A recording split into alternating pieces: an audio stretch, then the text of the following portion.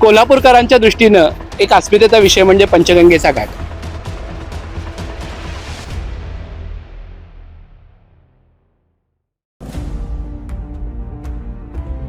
कोल्हापूरकरांचं एक वैशिष्ट्य आहे, ज्या वेळेला एखादी गोष्ट प्रेमानं आणि आग्रहानं त्यांना सांगितली जाते आणि ती त्यांच्या जीवाला पटते, त्यावेळेला ती काय करू शकतात त्याचं उत्तम उदाहरण आज पंचगंगेच्या घाटावर अनुभवायला मिळालं. 1883 साली पंचगंगा ज्या मार्गाने वाहत होती त्याच मार्गाने ती जर पुन्हा व्हायला लागली तर पंचगंगेच्या काठावर असलेली सगळी मंदिरं ही पाण्यात बांधली गेलेलीच नाहीच आहेत मुळात. ही मोहीम हा आजच्या एका दिवसाचा विषय न होता वर्षभर की अशीच वेगवेगळ्या व्यक्ती संस्थांनी आज जबाबदारी घेतली की ते प्रत्येक जण आपापल्या सवडीनं या घाटाची स्वच्छता करत राहतील.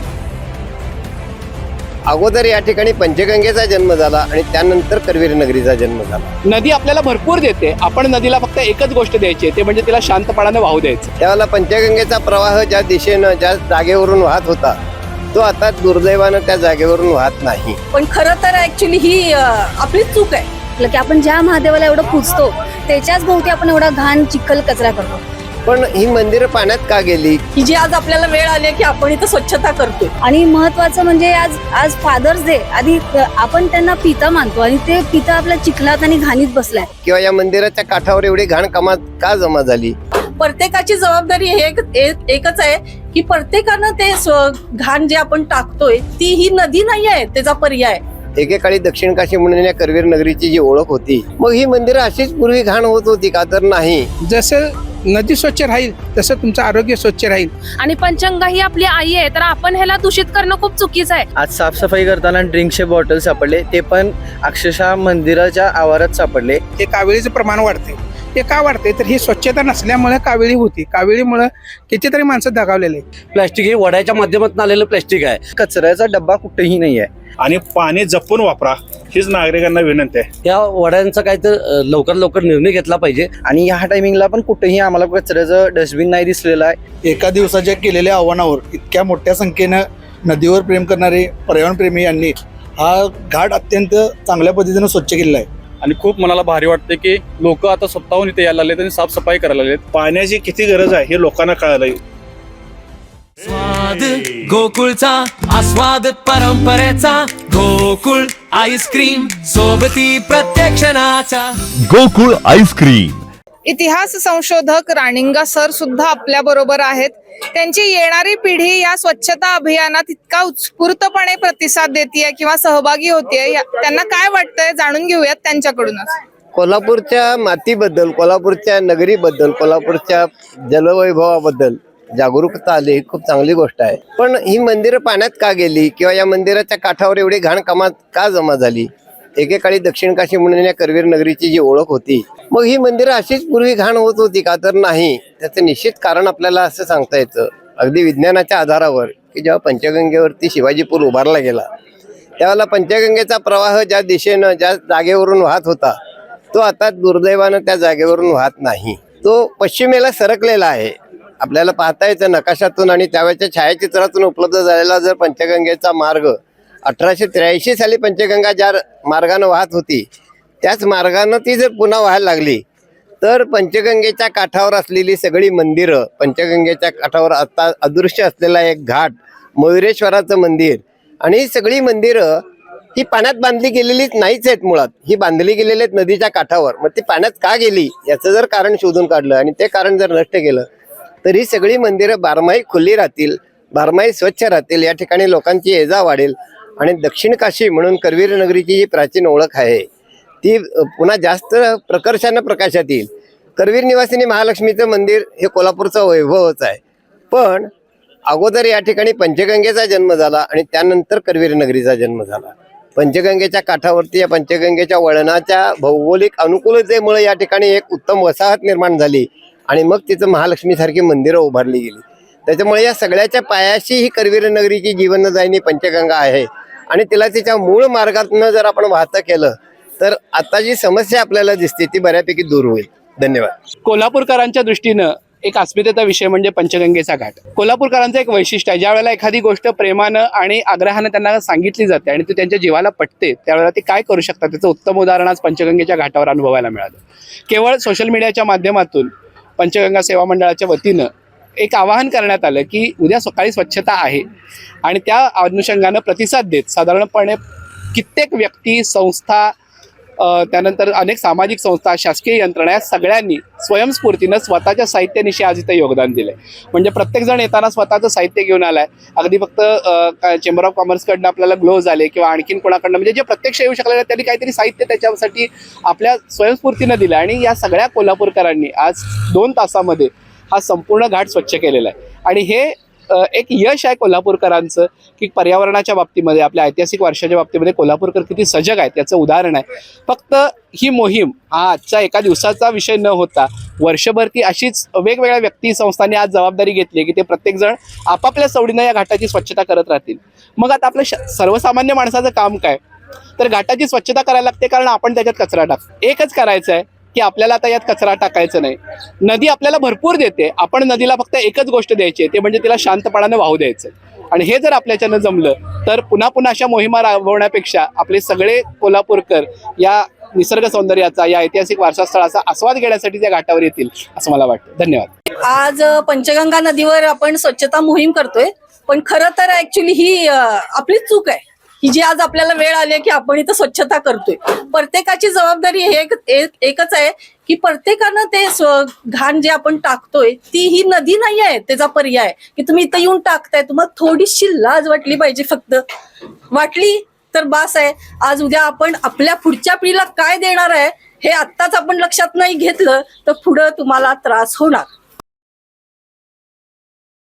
आपली जीवनवाहिनी असलेल्या पंचगंगा नदीची आज पातळी ह्या 4-5 दिवसामध्ये कमी झाली आणि त्यामध्ये या ठिकाणी अनेक मंदिरं या ठिकाणी दिसू लागली आणि पंचगंगा नदीचं आपणच केलेलं प्रदूषण, दुसऱ्याला नाव ठेवण्यापेक्षा मी स्वतः केलेलं प्रदूषण हे स्वच्छ करण्यासाठी ज्यावेळी सर्वजण या पंचगंगा नदीवर प्रेम करणारी एकत्र आलीत आणि त्यांनी कोल्हापूरवासियांना आवाहन केलं की आपली पंचगंगा नदी स्वच्छ झाली पाहिजे, या भावनेने सर्व नागरिक एकत्र येऊन आज ही पंचगंगा नदी स्वच्छ करण्याचं सगळ्यांनी ताकद लावलेली आहे. आणि त्या माध्यमातून ही मंदिरं असतील, हा घाट असेल, हा स्वच्छ सर्व नागरिकांनी नदीवर प्रेम करणाऱ्यांनी केलेला आहे असं म्हणलं तर वावगं ठरणार नाही.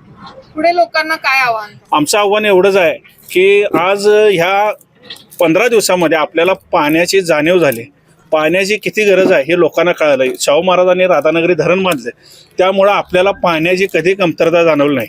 पण ज्यावेळी नैसर्गिक पाऊस या ठिकाणी झाला नाही त्यावेळी आपल्याला पाण्याची गरज कळाली. त्यामुळे इथनं पुढं आपण ज्यावेळी नदीचं प्रदूषण आपणच स्वतः करायचं नाही, जे निर्माल्य असेल ते कचरा कुंडीमध्ये टाका. ज्यावेळी महापालिका या ठिकाणी आव्हान करत असते त्यांच्या आव्हानाला प्रतिसाद द्या आणि पाणी जपून वापरा हीच नागरिकांना विनंती आहे.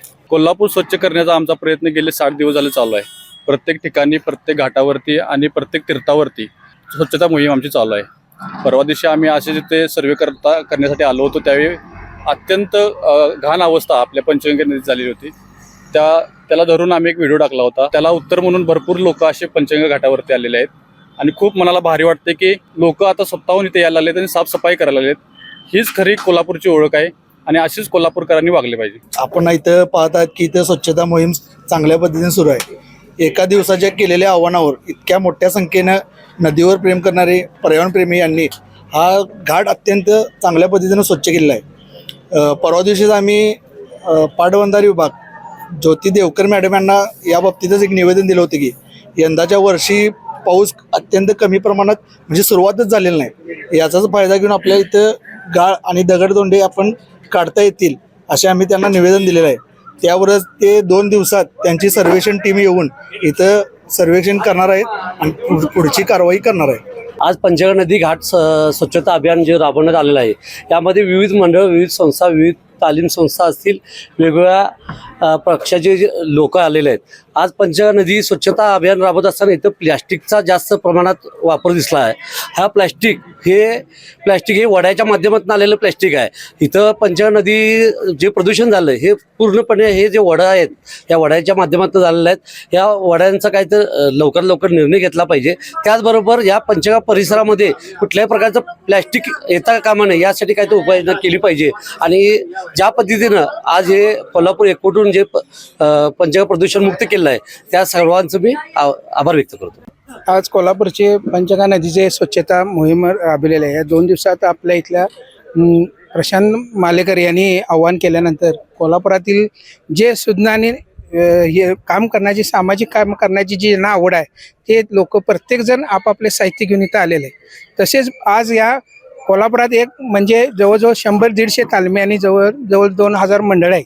या प्रत्येक मंडळाने आखाडाच्या महिन्यात स्वच्छ पाणी आपल्या भागातल्या देवादेवतांना नेऊन घालतात. त्या अर्थी त्या देवाचं स्वच्छता करण्यासाठी आज आपल्या इथं स्वच्छ घाट पूर्ण रिकाम आहे. त्या प्रत्येक मंडळाने आपल्या भागातले कार्यकर्ते घेऊन किंवा 20-25 कार्यकर्ते घेऊन प्रत्येकाने आपापले म्हणजे तालमीने जर स्वच्छता केली तर ह्याच्यापेक्षाही अधिक स्वच्छता चांगली होईल आणि आपल्याला आपल्या प्रत्येकाला स्वच्छ पाणी मिळेल. हे इथंच नाही तर इथून सुद्धा पुढं प्रत्येक गाव आहे, प्रत्येकाने गावातल्या प्रत्येक भागात आपापली स्वच्छता आपापल्या जर केली तर ही नदी आपल्याला स्वच्छ पाणी देईल. जर तुम्ही आता हे कारखाने चालू झाले किंवा नवीन पाऊस आला, नवीन पाणी आले की कावेळीचं प्रमाण वाढते. हे का वाढते तर ही स्वच्छता नसल्यामुळे कावेळी होती. कावेळीमुळे कितीतरी माणसं दगावलेले. तर प्रत्येक गावानं आपण आपल्या भागात आपला जो घाट आहे तो घाट स्वच्छ करणे हे महत्त्वाचं आहे.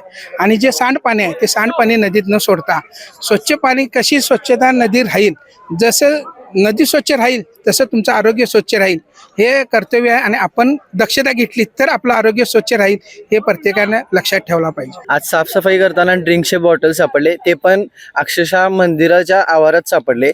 असं नाही की कडेला कुठं सापडलेत. त्यामुळे माणसांनी आता जागवायला पाहिजे की कुठं कचरा करायचा आणि कुठं नाही हे त्यांनी कळलं पाहिजे. आणि आता एवढी लोक आले आहेत, खूप चांगलं वाटतंय की लोक स्वतःहून आलेत, बाहेर काम करतायत. पण आता सरकारनं पण जागवायला पाहिजे की त्याला काहीतरी मदत म्हणून त्यांनी पण काहीतरी कारवाई केली पाहिजे. आणि इथं कुठंही म्हणजे लास्ट टाइम आम्ही सुनील दादाच्या थ्रू व्हिडिओमध्ये सांगितलेलं की कचऱ्याचा डब्बा कुठंही नाही आहे. आणि ह्या टायमिंगला पण कुठंही आम्हाला कचऱ्याचं डस्टबिन नाही दिसलेलं आहे. की टुरिस्ट येतात इथं पंचगंगा आपली व्हिजिट करतात, पाया पडून जातात, पण कचऱ्याचा डब्बा कुठेही नाही आहे की जेणेकरून त्यांनी कचरा तिथं टाकला पाहिजे.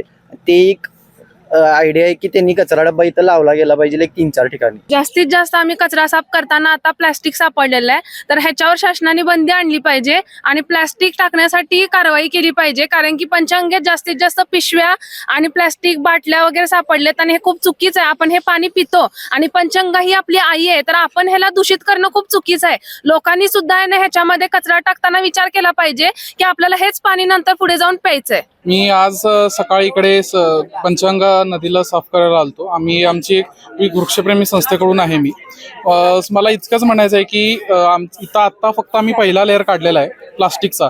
खाली 3 लेअर जास्त आहेत खाली. त्यामुळे जे सामाजिक नागरिक आहेत त्यांनी कृपया इथं प्लास्टिक टाकू नये. आणि फर्स्ट ऑफ ऑल जे 11 कोटी निधी दिलाय 2026-27 महानगरपालिकेला, कोल्हापुरात वार्षिक 200 टन पेक्षा जास्त कचरा जो निघतो, त्याच्यात जे आता आमचे DM आहेत विजय राठोड साहेब आणि ह्याच्यात CEO आहेत जिल्हा परिषद जास्मिन मॅडम, त्यांना मी सांगू इच्छितो की इथं आपण पंचगंगेत ड्राईव्ह करावी आणि 1-2 दिवसात आपल्याला पूर्ण हा पंचगंगेचा पट्टा आहे तो एकदम स्वच्छ निघेल.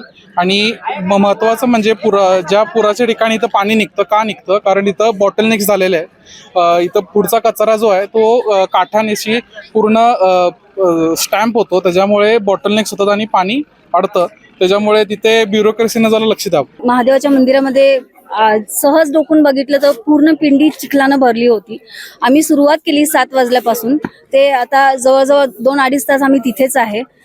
आम्हाला चिखल काढताना एवढं सगळं प्लास्टिक, कुरकुरेचे पेपर्स, रॅपर्स एवढे सगळे दिसले. ते फार वाईट वाटलं की आपण ज्या महादेवाला एवढं पूजतो त्याच्याच भोवती आपण एवढा घाण चिखल कचरा करतो. आणि महत्वाचं म्हणजे आज फादर्स डे, आधी आपण त्यांना पिता मानतो आणि ते पिता आपल्या चिखलात आणि घाणीत बसलाय. तो फार वाईट वाटलं. त्यामुळे आम्ही सगळ्यांनी टीमनी मिळून ती पूर्ण स्वच्छ केलं. बरं वाटलं. पण ऍटलिस्ट माणसाने एक विचार करायला पाहिजे ज्या वेळेला तुम्ही प्लास्टिक्स वगैरे यूज करताय, त्यामुळे तुम्ही मुलांना आधी शिकवा की प्लास्टिक यूज करू नका, मिनिमम यूज करा. आणि जे असेल तर त्याचे रिसायकल किंवा रियूज जे आहे ते प्रॉपरली त्यांना नॉलेज द्या. थँक्यू.